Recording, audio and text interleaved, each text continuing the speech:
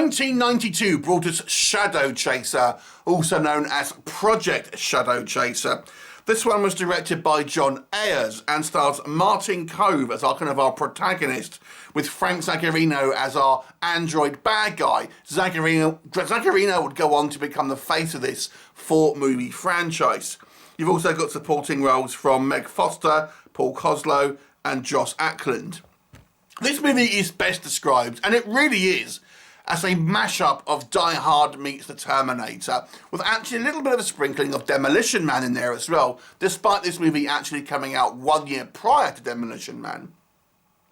So what is this fantastic guilty pleasure story, you might ask? Well, let me tell you. So Frank Zagarino plays an android called Romulus, who was developed by Joss Ackland's company to be the ultimate warrior. And for some reason, he's kind of got off programming and escaped, and decided to take a hospital full of people hostage. That includes the president's daughter, played by Meg Foster, with a group of human terrorists. Yeah, I'm not saying this setup is particularly makes a lot of sense here, but it is what it is. The most fun element here is that this obviously takes place at some point in the future, and the government decide they need the architect of the building, who is actually in prison. But in this future, prisoners are kept in kind of cryostasis, a la Demolition Man. So they decide to go and thaw him out, but they thaw out the wrong person.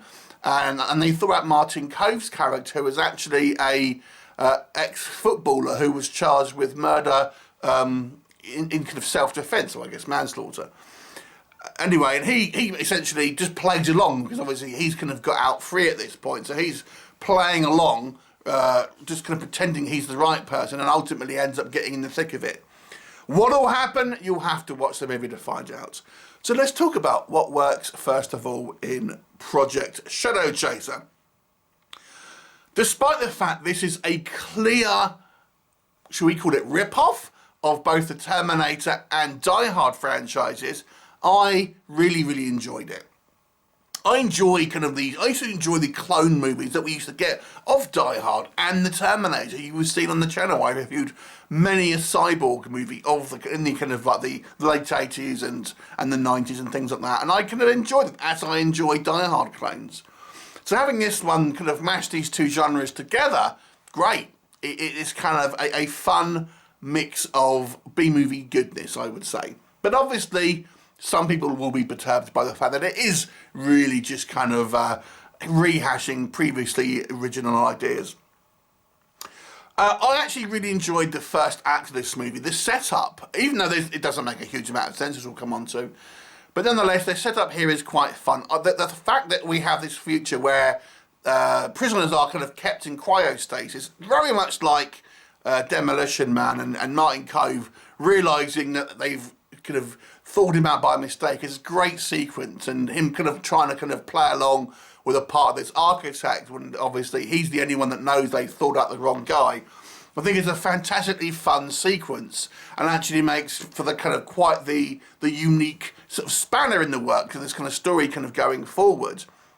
Martin Kove, obviously most notably known these days as Kreese in the Cobra Kai series, is fun as a protagonist here, as a kind of rough and tumble, almost Jack Burton-like, rough around the edges kind of hero. Frank Zagarino, who never really broke out, even into kind of like, I would say, B-level kind of like action hero status, is instantly recognisable if you kind of like your B-movies as the bleach blonde, flat top, kind of android here with kind of bleached eyebrows as well, who's walking around with his shirt off for no real reason other than the fact to show off his body. He's still quite a kind of a fun character. And once the film gets going, it is lots of kind of action sequences after another, so it never really kind of slows down. And never, once we get up to the kind of the inevitable conclusion. Joss Ackland is always kind of good as a sneering kind of bad guy as well, and I actually quite enjoyed the relationship between Martin Kove's character and the kind of like the FBI handler as well, who's kind of like in charge of the kind of operation. A somewhat antagonistic relationship, but kind of quite fun nonetheless. The movie's obviously pretty violent for a kind of early 90s film, as you'd probably expect, although not overly kind of bloody or gruesome. There's no real kind of gore effects here, but there are plenty of kind of like practical blood squibs and things like that to kind of keep you satisfied. What doesn't work is the fact that this movie doesn't make any sense. It really doesn't. I mean, we're given next to no information about the reasons why there is an android being made in the first place, why he's gone rogue, why he's decided to kind of like take, you know, people hostage, and then who are these kind of like terrorists? We just don't know. We're given no information about that. The movie just kind of skips by it. So those of you kind of wanting a plot that kind of is plausible and kind of makes a lot of sense, you maybe won't find it here. This is what I mean. This is a pure guilty pleasure. You've just got to, you know, if to enjoy this, you have to be able to accept that things are just kind of like pretty silly, to be honest with you. But they are silly, and the movie makes no kind of like apologies for it. I have to say, once we do get into the kind of the action side of stuff, the action is okay, but it never really seems particularly original, and we get kind of lots of kind of relatively low budget kind of stunts and things like this. I mean, it's okay that the action is watchable for the kind of the movie that it is, and in the time period that it was made. But it never really sets itself apart with any particularly kind of like interesting or original set pieces here. And in actual fact, it kind of wholesale copies certain sequences from movies like Die Hard. The movie's conclusion is a little wonky as well. Exactly what has actually happened, where it introduces a fairly clumsy twist, I would say.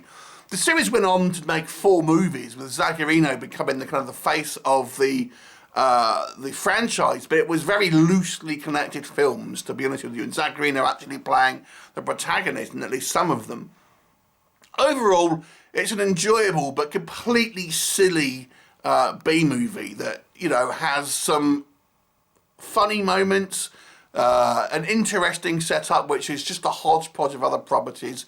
Although, like I said, I can't blame it for the Demolition Man references. This did come out before Demolition Man, but nonetheless, you know, doesn't really have a particularly original bone in its body. We have to kind of be honest, but it's a likeable movie. I did enjoy this one. This does have a fun factor by having this kind of familiar setup with a likeable cast and quite a, you know, it's an iconic looking bad guy, at least in B-movie circles. So I will give this one a slightly above average. I enjoyed this one despite its obvious flaws.